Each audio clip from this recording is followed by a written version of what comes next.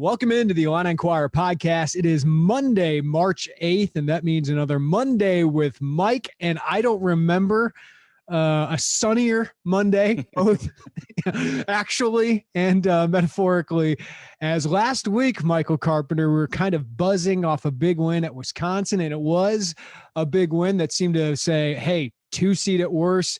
Win one this week, you get an NCAA tournament number 1 seed. But little did we know. And by the way, I'm a huge fan of the Will Ferrell movie, Stranger Than Fiction. And in that movie, yeah, really good. I think you'd really like it. Professor Jules Hibbert, which is played by Dustin Hoffman, tells Harold Crick, I've written papers on Little Did He Know. I used to teach a class based on Little Did He Know. So let's dive into the Little Did We Know.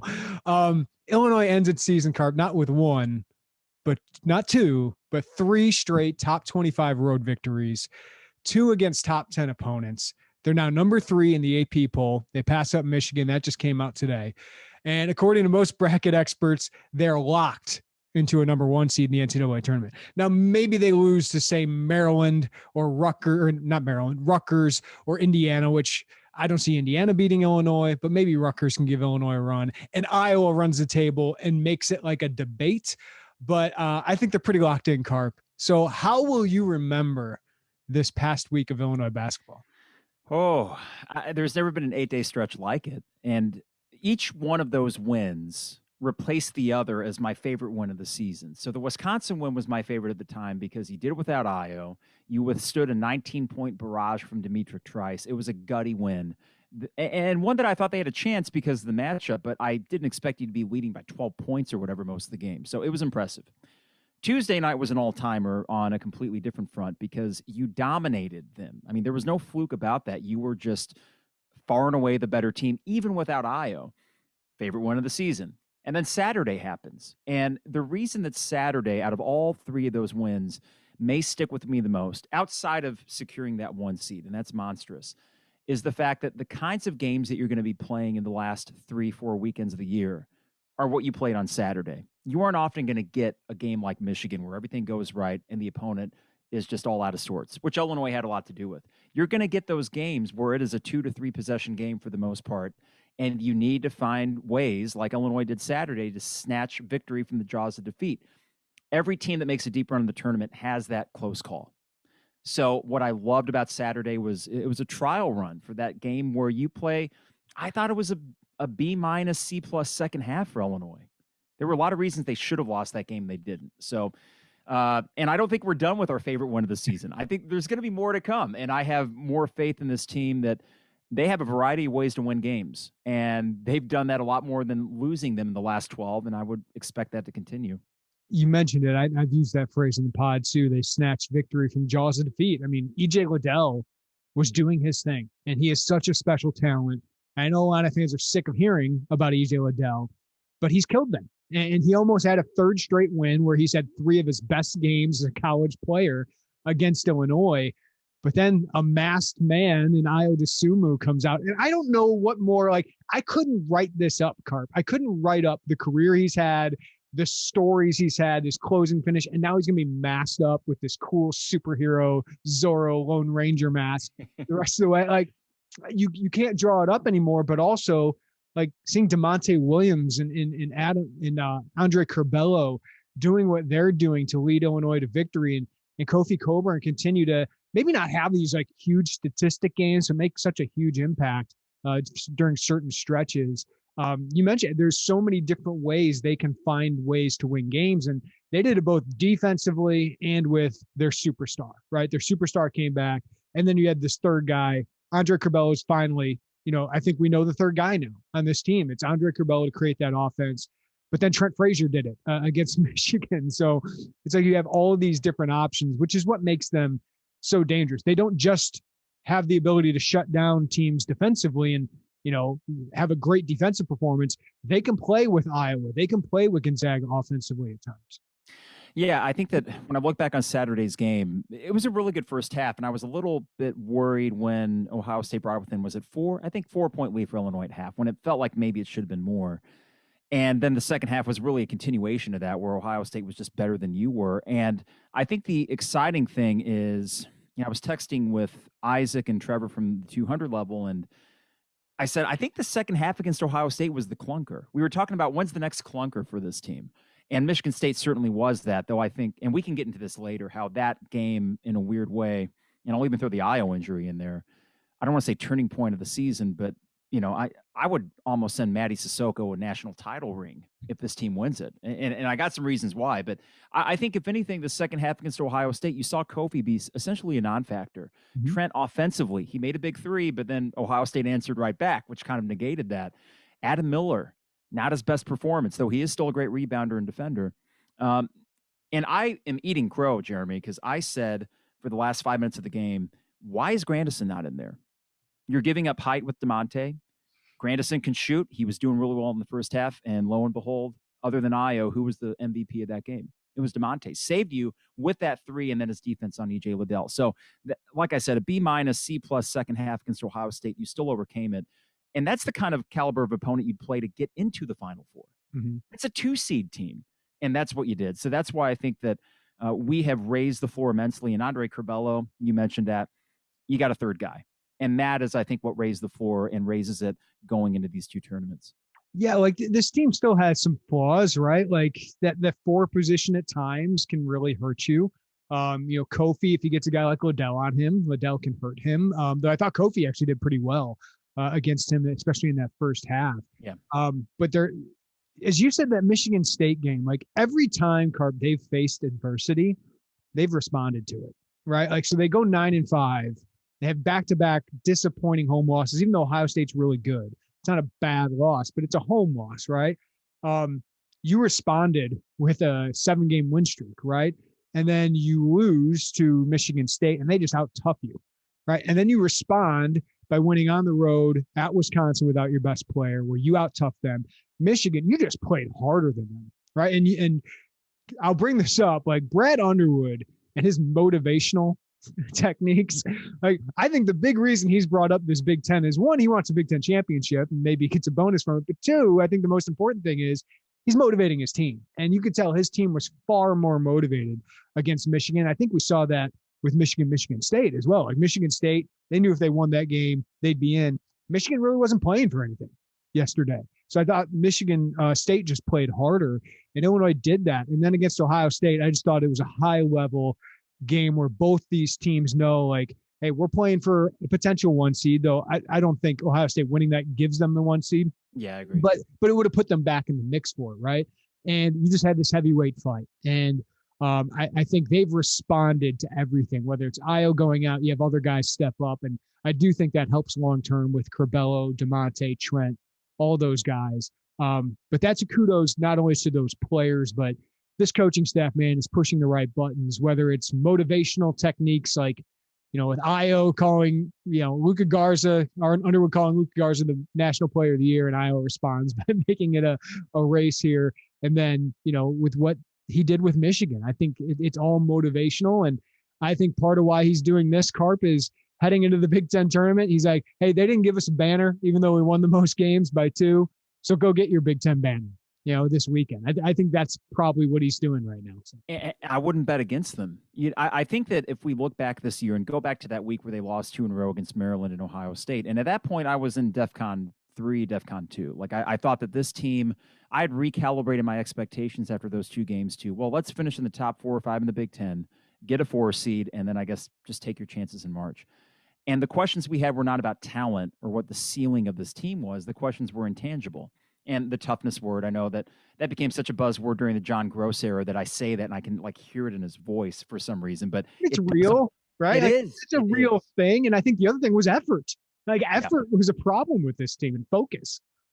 Effort and focus. And for the toughness quotient, I think about a video that the actual official basketball account put out yesterday. Brad Underwood's speaking to the team. They blank out an F word, but they leave an S word in there, which I just, and these post-game videos have been such a treat as a fan and have really, I think, endeared the fan base that much more to Brad Underwood and the culture that he's building, because that's genuine stuff that we're seeing. That I look forward after each win to the post-game Brad Underwood running into the locker room video, no matter how big or small the win may be. But the toughness part of it after that Michigan State game, and we spoke about this just last week after just the Wisconsin game, the Nebraska and Wisconsin games could have went far different. You didn't have to beat Nebraska by 16. You didn't have to go on the road to a Wisconsin team on their senior night with all the seniors that they have on the roster and do what you did, but you did. And the common thread through all this, and I know why you are particularly high on this team and why I think anybody should be, the offense has been great. I mean, top 10 in the nation. So we kind of sneakily get our 75 points every night. The defense in the last 4 games, apart from maybe a few stretches in the second half against Ohio State, and then Demetric Trice, though that's just whatever, has been phenomenal. That's the kind of stuff that gets you to a Final Four. And, you know, I think the one difference between how I feel now and let's say how I felt in 05, that team was playing with a target on their back all year, and they were the hunted. They were number 1 all year. This team's 3rd in the country, and for some reason I get the sense in their locker room, they still feel like they're the hunter. They're disrespected. They aren't getting enough love. Where's our banner? They play better that way. I thought, you know, when they were kind of, I think they felt pretty good about themselves early in the season, and they didn't have that edge. I think losing those games gave them that edge, and then losing Iowa gave them another edge. And then Brad Underwood, that's who he is. Like that's who he is as a person. I think it's very, very genuine. And he just has an edge to him. But I will say, Carp, I think that is transferred over to the fan base. I don't think the fan base, like they are not comfortable unless they are uncomfortable. Sure. And I thought Steve Greenberg had a great piece, and I can understand. Okay, the Big Ten championship. We can dive into this. Okay, Let's do it. I think Brad Underwood now has a case. If Michigan would have won against Michigan State, you have to drop it. You have to drop it and move on, because otherwise you start to looking like a joke, right? Because Michigan at 15-2 earned it. And I think, and for my part, I think the Big Ten saying win percentage, it should be the cleanest way of doing this. But they didn't know that Illinois would have 2 more wins than Michigan by the end of the year. And my biggest problem of all of this is the Big Ten never said a statement saying this is how it will be determined. We went into the season kind of blind about, well, how will you determine this? And then having Michigan play 2 fewer games than everybody else made this messy. And Illinois doing what it did in the final week made this messy. And the only thing the Big Ten did is they had talked to Brendan Quinn of The Athletic and told him that winning percentage is going to be it. And then the AP confirmed it. Like that was their announcement. And then leading into the Big Ten tournament, they say Michigan won it outright. Like that's all the communication we have gotten from the Big Ten. I know a lot of fans, you can get upset about Juwan Howard and whatever he says, and Michigan fans can get upset at Brad Underwood and whatever he says. That's fine. I think they both deserve to be Big Ten champions. I don't see what the harm of having Illinois as a co-champion in this weird year would be. It doesn't take anything away from Michigan. But the biggest problem to me is the biggest problem of Kevin Warren's year and a half here is his communication is awful, just absolutely atrocious.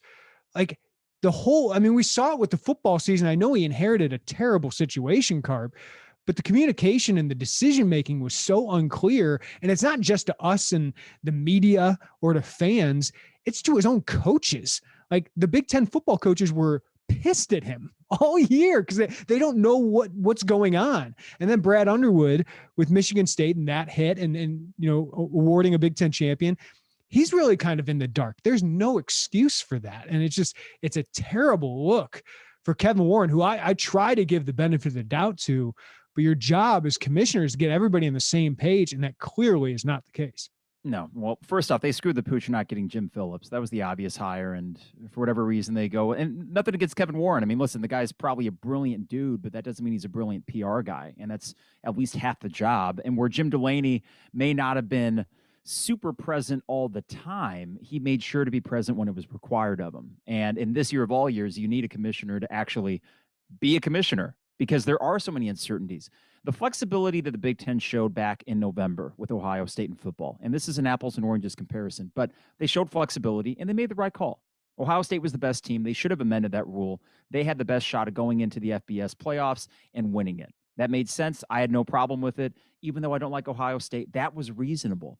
The reasonable move here, and one that does not harm anybody, and it doesn't take anything away from what Michigan accomplished in their 17 games. Michigan earned a Big Ten title. Yes. Illinois earned a Big Ten title. And to me, it's really just as simple as issuing a statement. Yes, we said that the win percentage was going to be, well, and again, they said it to Brendan Quinn, and the AP confirmed it. There is no official statement about this thing.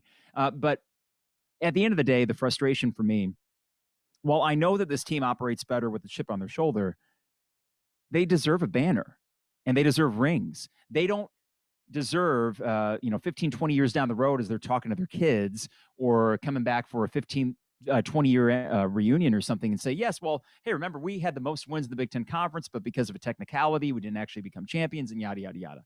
No, it should be much cleaner than that. And I would just wish that the Big Ten would show the kind of grace and flexibility that they did in the football season when we saw what happened the last 8 days and the head-to-head.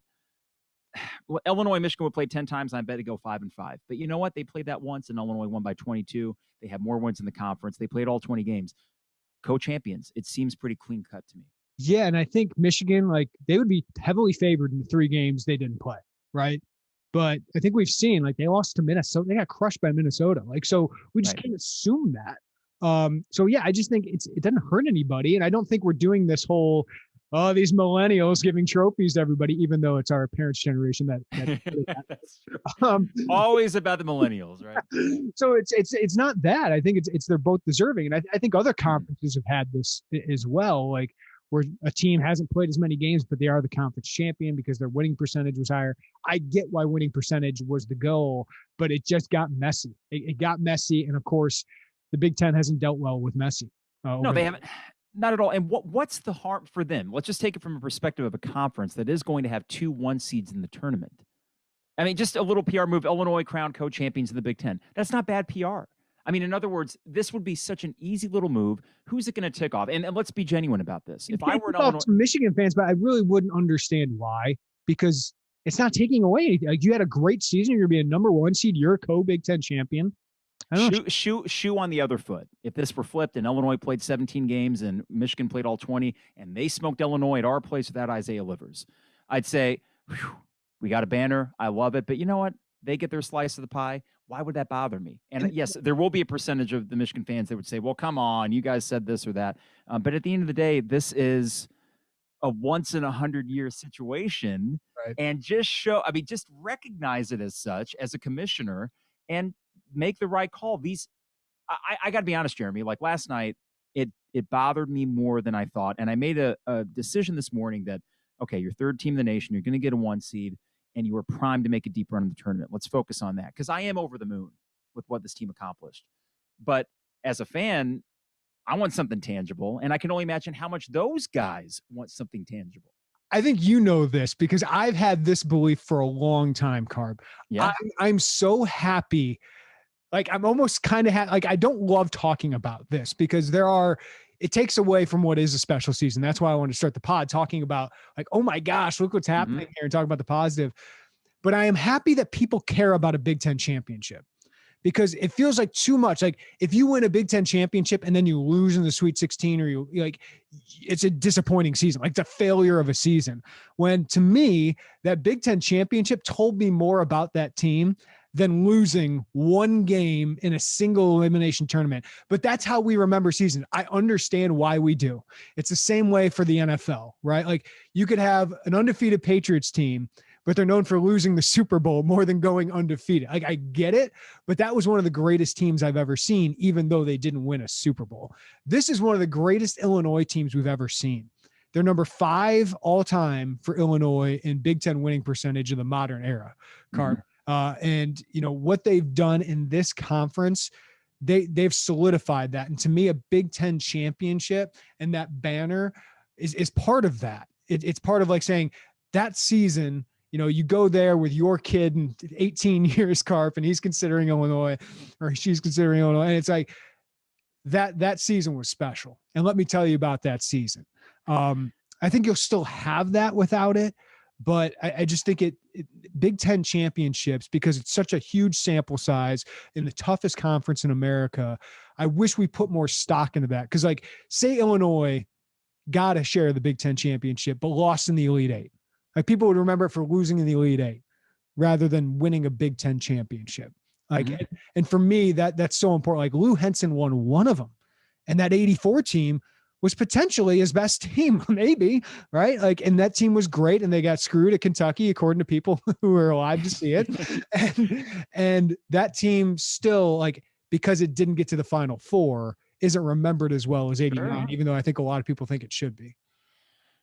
Yeah, I've really been wrestling with this the last day because you mentioned the Illini fans. We operate better, I don't know, better, but we certainly operate higher octane with a chip on our shoulder, and there's no doubt about that. And I think yesterday, 15 years of irrelevance. I think that is like 15 years of irrelevance. Like Austin Berkle, my guy, is fighting for like, why is Jeff Goodman have Illinois at 4 instead of 3? Like, it's like, you're top 4, man.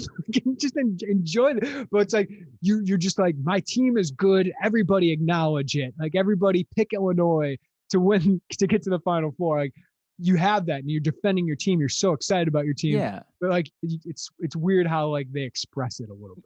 yeah, and thinking how to frame it yesterday when Michigan lost, then it kind of like a wave came over me thinking, oh wow. Like I didn't want to broach that until it happened. One, I didn't want to broach it until Illinois beat Ohio State. I don't want to say a single thing last Thursday that if all this happens only to lose to Ohio State, and then it wouldn't have mattered. Mm-hmm. But you did, and then Michigan lost. And I was thinking yesterday, I hope that the approach that we would take as a fan base has far less to do with Michigan and more to do with, we accomplished this, we won our ring. Not to do with Michigan. They should not say, oh, wait, they should not be the ones, I should say, to have to reach out to Illinois and say, you won 50% of what we got. No, it's not their job to do that. And really, while Juwan Howard, I respect what he's doing, I think that some of the things he said the last few weeks have been disingenuous about, his actual concerns about not making up all the games. But regardless of that, it's not his call to make. Yeah. This is the Big Ten that could easily make a phone call to Illinois. I'm curious, and I don't know if you know any more than I do. I think we're all operating blind here. But what's the recourse? I mean, there's no official petition or waiver, I don't think, where you can do that. So it would just come down to what? Phone calls? Josh Whitman trying to get a hold of Kevin Warren, if you can get a hold of Kevin Warren, the coach reaching out. And I understand not looking. By the way, Lante's tweet of "Is he a real person?" was one of the best tweets I've ever seen. Because we never see him, we never hear him. No. And when we have, it's been, listen, I know commissioners are often these sort of empty vessels that just regurgitate talking points, and there's not much there. But really, even Jim Delaney, for the guy, international man of mystery that he was, still felt like you had a better clue on who he was as a person and a leader than Kevin Warren. And of all the years where you would expect the commissioner to be a more public face, you've gotten the complete opposite of that. Mm-hmm. Yeah, I mean, when Kevin, he didn't speak a lot, Delaney, but when he did, it mattered. Yeah, and he said something. He said something. So I just think that hasn't been very good. No, not at all. All right, Carp, let's dive into, let's take a quick break. Let's dive into the Big Ten tournament and the postseason ahead. That's next. All right, Mike, Illinois locked into the 2 seed. They have been for a while for the Big Ten tournament. And this didn't go as perfect as it could have, but I think the draw was pretty good for Illinois, because you look up at the Michigan side of things, and Michigan's really, really good. But in their side of the bracket is Ohio State, is Purdue, which is red hot right now. Michigan State is the 8 seed. So that's a dangerous game for them, possibly on Friday. But Illinois is going to draw the winner of Rutgers and Indiana on Friday at 5:30. And then Iowa on the other side of the bracket, setting up for a huge semifinal. And I hope we get it. I hope both those teams win. And I think, I don't know if it came out in the News Gazette yet, but I picked Iowa to win the Big Ten tournament. One, Cart, because they're playing great and they're starting to play defense. Joe Wieskamp's injury, though, could have a huge impact on that. And I picked them to win before Wieskamp's injury. But we know how good they are offensively.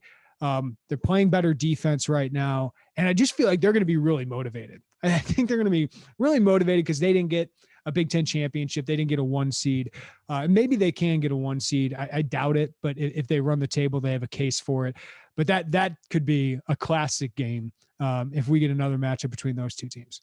Well, we saw Wieskamp go out yesterday, though, in that Wisconsin game. I had this thought this morning that Wisconsin, with a game under their belt, assuming they can get 1 win on Thursday, and that Friday night game, presumably Iowa, Wisconsin, I would not at all be surprised that Wisconsin, who hung with Iowa for that entire game yesterday, if they spring an upset. I've gone back and forth on this.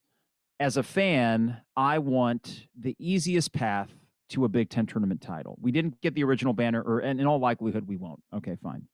Well, I want something tangible, and I spoke with Sean Harrington yesterday, and he surprised me when he mentioned the 2003 team lost the Big Ten title by a game at Wisconsin. Devin Harris with a late shot. He got fouled, and it was a controversial call. The next week, they went into Chicago with a lot more juice, and he says that in his mind, that season winning the Big Ten tournament title was as special to him as any of the 2 wins they got at Minnesota to clinch Big Ten regular season titles, which I did not feel the same way going in, but I got to think that the players in the Illinois locker room feel that way. So you mentioned Iowa's motivation. Absolutely. I think the Wieskamp injury hurts them, but this chip on the shoulder for Illinois, I think the team from that side of the bracket's winning this thing. Michigan right now, they're going to be dangerous in the tournament, and I think depending on the matchups, they'll make the national title game. They're way too deep. But they still have the Purdues and the Michigan States and maybe even the Ohio States to reckon with. There's more depth on that side of the bracket, more potential landmines, where we're looking probably straight at the face of it in Illinois. Winner goes to Sunday. Illinois, Iowa, winner goes to Sunday. And I'll take my chances with Illinois, especially with Wieskamp out. I think that's massive. Now for me, he's a second team all Big Ten guy. Garza is so dang good, and I assume he'll win Big Ten Player of the Year with Iowa missing some games. But Wieskamp is a huge piece of that. Bohannon was huge for them. And what a game he had against Wisconsin. And you do well against Bohannon, though. And that's the thing. You've negated him. Yeah, you got Trent Frazier on him, which is really good. I do like the way this sets up, though, Cart, because you have potential like eight seed in first game, right? So it's kind of like the round of 32. Because if Rutgers there, they're probably 8-9 seed, right, in the NCAA tournament. Then you get Iowa, which is basically a 2 seed. And then you potentially play a 1. So this is again, it's just preparing you for this big push because the Big Ten is so dang good that you are prepared once you go into March. And you just want to see Illinois, for me, just bring it every night. Like there's no let ups. And I think they're good with that. We haven't seen that in a long time. Even Michigan State, I don't know if that was, maybe it was a let up early, but I thought they got back into it in the second half. So how much does winning a Big Ten championship, or how much does this week mean to you in the larger scheme of things? I think if you win the Big Ten tournament title this year, the fans would recognize it as not just, well, you won that weekend, but it is sort of like a delayed gratification for what you did in the regular season. And I would look at that banner, and when I take, Carp Jr., if there ever is a Carp Jr. to the games in 20 years, I'd say, well, looky there, and that was one of the best Illinois teams ever. Here's what happened in the regular season, but they got redemption in that weekend. I mentioned the word redemption, and I'll take the Indiana, Wisconsin, Michigan State path to the Big Ten tournament title. I don't need the Iowa rematch, though. I think it would be a lot of fun, and I still think Illinois would be fine in it. Nobody remembers the really easy path to the Elite Eight in 2005, do they? Like that was about as easy as a path if you could have had. Oh, it was, and that's counter to how it usually goes, because back in 2001, you played every high seed, Kansas the 4 seed, and then you played the best 2 seed in the tournament, Arizona, back in 2001 as well. And that I say the same thing for the NCAA tournament. I remember back in 2001, the same day that Illinois lost to Arizona in the Elite Eight that night with the 50-something fouls called in that game, the first game was Michigan State against 10-seed Temple. And I remember thinking, well, we beat this Michigan State team, and they get 10-seed Temple, and we get 4 future NBA player Arizona Wildcats, and didn't feel great about it. I knew that was going to be a dogfight. But as I look at this Big Ten tournament, I think even if it is Iowa sitting there on Saturday, I still like Illinois' chances. I think as you get into Sunday, by that point, if Illinois makes it to Sunday, I have very little doubt that they're going to get it done. And that would include a rematch against Michigan, because I think whatever mental chip on the shoulder this team has, they aren't getting that far only to fizzle out in a championship game. And this is where Robert from Illini had tweeted something yesterday, which at first I thought, well, that's ridiculous. He said, honestly, a Big Ten title banner, it's better for this team that they don't have it. Now, on its face, I don't agree with that. But if you really go into the psychology of this team and this weekend coming up, I don't know. That's fuel. And this team seems to thrive on that. I said that after, Brad made those comments with Joey. I was just like, go win your banner then. Like, I think that's a great motivational tool. I think Brad would rather have that banner right now, right? So they have that tangible piece. But I think it's great motivation for them going into this. And, Rutgers, you got motivation if you get them in the first round or in the quarterfinals because they beat you. So you can find a way to get a motivation with that. You don't need motivation to play Iowa, right? No. Like you don't need that. And then if you get a rematch against Michigan, that you could have two classics in back-to-back days. I know this still sounds crazy because we know what Iowa can do offensively, but I still would prefer Iowa on Saturday over Purdue. I think it's the unknown with Purdue and the fact you played them so early and they're drastically different. Iowa is playing better, but you know what they are. Illinois and Iowa know each other well. And I like the familiarity with that as opposed to Matt Painter doing what Matt Painter does. And I would, I need to check the odds on this, but I would, if I could take Purdue to make it to Sunday, at this point I would, with the question marks around Eli Brooks, who I think he's not probably out for the season, but he may not be himself. And we saw in 2 of the last 3 games that Michigan's offense, of all things, it has these moments where they don't have the IO. They got a lot of balance, but they don't have the guy that can come save you if, Franz Wagner isn't hitting 18, 19 points. Carp, before we let you go, Tuesday afternoon or 11 a.m., so Tuesday morning, you'll have the all Big Ten teams announce the individual awards. And I think it's a lock that Kofi Coburn and Ayo Dosunmu are going to win first team all Big Ten, right? Like both those guys should be first team all Big Ten. Can you name the 2 previous Illini teammates, or 3, sorry. You had 3 other pairs of teammates that were first team in the same year. Okay. Well, D and Darren and Luther. All in the same first team. Wow. All in 05. Okay. Do I need to go back further than that for the last time? You actually need to move up a little bit. Move up a bit. Okay. Dimitri McCamey? No. Would it be? Okay, so it wasn't that era. Gosh. Kind of a forgotten year in Illini history, to be honest with you, for a really, really good team. 08, 09? Was it that team with Trent? No, it couldn't have been them. 05, 06, man. Augie made it. Okay. Deserved. He was a first teamer, I think, by coaches, not the media. So D. Brown and James Augustine in 05. And a third one, you said? A third one? Yeah. How far back do I need to go for that? 20, 30 years? Yeah. Before I was born. I think he was your dad's favorite player. Ephraim Winters and Bruce Douglas? Yes. Okay, 83, 84. Yeah, no. I always remember that. Ephraim was like your dad's favorite player, but that was his sophomore year where he was unbelievable. My name was going to be Ephraim until my mom was like, no. And then my dad said, what about Ryan? Like Sandberg? No, not that. Thank God for that. Those would have marked the year you were born. Wow. You were born. Well, I am slightly concerned that the Trace Jackson Davis, or maybe even to an extent Travion Williams from Purdue, muddies the water a bit for Kofi. It shouldn't. I mean, he's third. I mean, when you get these ballots, and I didn't have one this year, I know Joey did.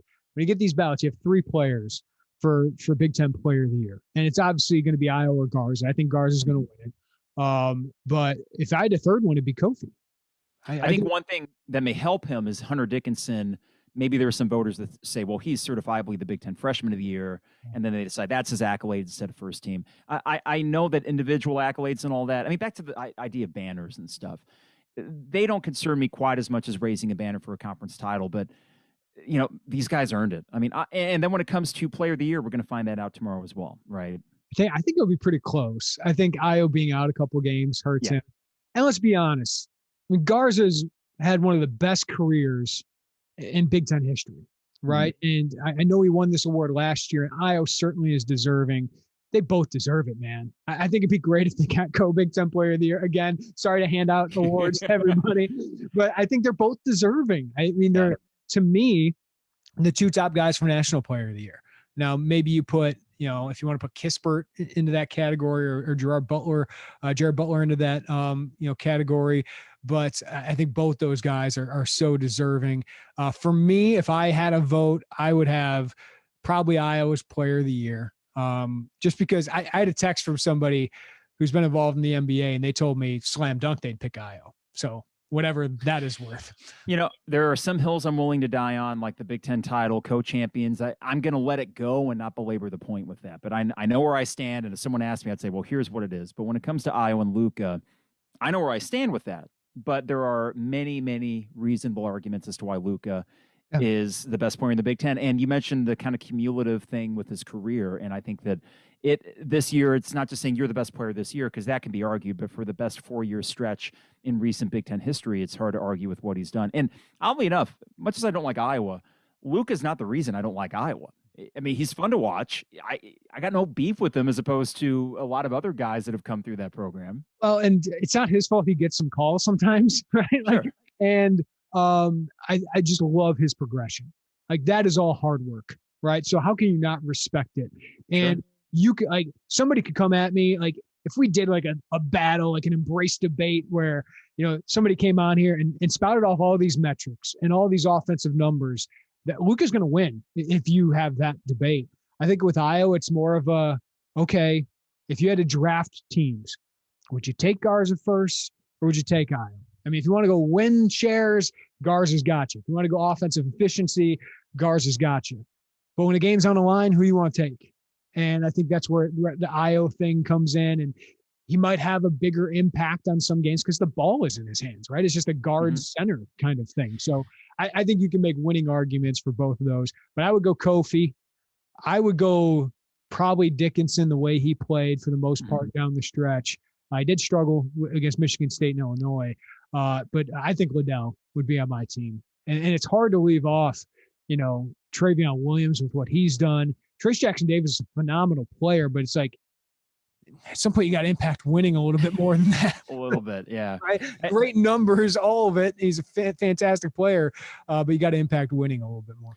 You mentioned Io and just the it factor and how he closes out games, and that's why he's my guy, and he's Illini fans' guy, of course. But that leads me to just my overall feeling as we sit here on March 8th, a year to the day, actually, from when you beat Iowa at home, the last time that we were in a packed State Farm Center. So 1 year to the day.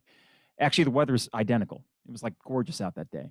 And thinking about this kind of storybook thing, not just for Iowa, but this team, and how each week they're writing a new chapter that seems to get better than the one before it. And I'm not going to say anything's inevitable because we know it's not in single elimination tournaments. But what I said in the podcast yesterday is that compare this to 05 or compare this to 89, where I think as a fan base, you almost felt this burden that, well, if we don't do this with this team, oh my God, like you dread it. And it was more of a relief to make the Final Four. There was joy, but there was a sense of relief. This team is on the up at the right time. And I can't say that for 05, where they kind of limped in from the Big Ten tournament, and from 89, where they limped in because Kendall was coming back. This is different. And it seems like most teams that win a national title, they have this surge that coincides with the last 8, 9, 10 weeks of the season. And you had mentioned with Joey on the last podcast that Andre Curbelo, there's always that guy that, nationwide, all of a sudden people are like, oh yeah, there's Io, but who's this guy? Well, you got that guy. So I see all these little indicators, Jeremy, that make me think it's not inevitable, but in my lifetime, this may actually be that best chance, or the script that's being written to me seems to be pointing in one direction. And I'm not going to say any more for fear of jinxing, or I'm not superstitious or anything, but it does seem to be trending in a pretty special way. And I'm going to enjoy that. I'm going to embrace it. I'm not going to be scared of them losing because I don't know if they will. You're a little stitious, though. You're a little stitious. Here's how I'm moderately stitious. On Tuesday night, Michigan game, I got Cactus Grill before, and I wore my Kofi jersey, and that's what I'm going to do every game going forward. I'm moderately stitious. And it is cool. I know you had to be probably a donor to get there, but it's cool. Like, there will be some fans in the stands to see some of us. And I'll be at the Big Ten tournament. Derek will be at the Big Ten tournament, cool. And the NCAA tournament. It's a close drive. So it's an unbelievable run. And I think most of these things, I hope most fans are having fun with these sports debates, right? Like, these are fun to be arguing your player for Big Ten Player of the Year, National Player of the Year, or saying, hey, we should have a share of the Big Ten championship. I hope you're having a little bit more fun and appreciating that you can have those. And I think that's what it is about this run, Carp, is after the last 15 years, how can you not be so appreciative of what is going on here? And, like, you can have the burden of never winning a national championship, and maybe you feel that when you get to the Final Four. Yeah. But just to have a prolonged run in the NCAA tournament after all of that's happened over the past year and then the last 15 years, it'd be amazing. It would be, and it can happen. And I don't know what it is. I mean, listen, vibes and gut feelings only go so far. I mean, it's, You get a bad matchup in the tournament, you have one off day, and that's it. And that could happen too. So I'm not discounting that, but I have more like a quiet confidence, and I don't think it's just because I'm older or anything like that. How could you not with Io on that team? Like that's like how can you not with that guy? And I don't want to throw out Curbelo and Coburn and everybody and Underwood and all the adjustments the staff is making, but you could be down 4 to a top 10 team in the country on the road, and you feel like you can win that game, and you got a guy who couldn't score a point over 9 games last year in Big Ten play. Make one of the clutchest shots of the season. And he did it against, was Wisconsin as well. It's like that game does have a storybook feel to it. Yeah, I was shell shocked in the best way possible at the end of that Ohio State game, because I think in real time, from the 140 mark until the end of it, it might have been 3 or 4 minutes of real time, even with the free throws included. It just happened so quick. And when it comes to Io and all the moments he's already accrued in his career, we're talking storybook. Would you at all be surprised if he's the one to close out a game to get you in the Final Four, or God forbid, he just gets a buzzer beater to win the national title? And you look at this kid's story, and again, I know you and Joey were talking about this, from the fact that he committed to Illinois knowing he would have to shoulder all this weight as the kid from Chicago and the one to turn it around, and he was willing to do that. So it seems like the only logical ending to this is something big. Right. Something that we remember on top of all the memories that this team has already given us. Something that'll be a statue, right? Right. And by the way, Luka gets his jersey retired, I think, immediately next year, right? They're going to do that. And I think that Illinois should follow suit whenever this thing's said and done, and just raise it. There's no need for a waiting period for what Io's done. Right. Like he's going to be a consensus first team All-American. And hey, what if Kofi is? Yeah. Here's the thing. Kofi Coburn is 29-11 in the Big Ten. Like that guy changed a lot. And you might have another year where he's the focal point, right? Like that could be it, but he's certainly going to go down as one of those all-time greats as well. And I wouldn't be surprised to see him in the rafters as well.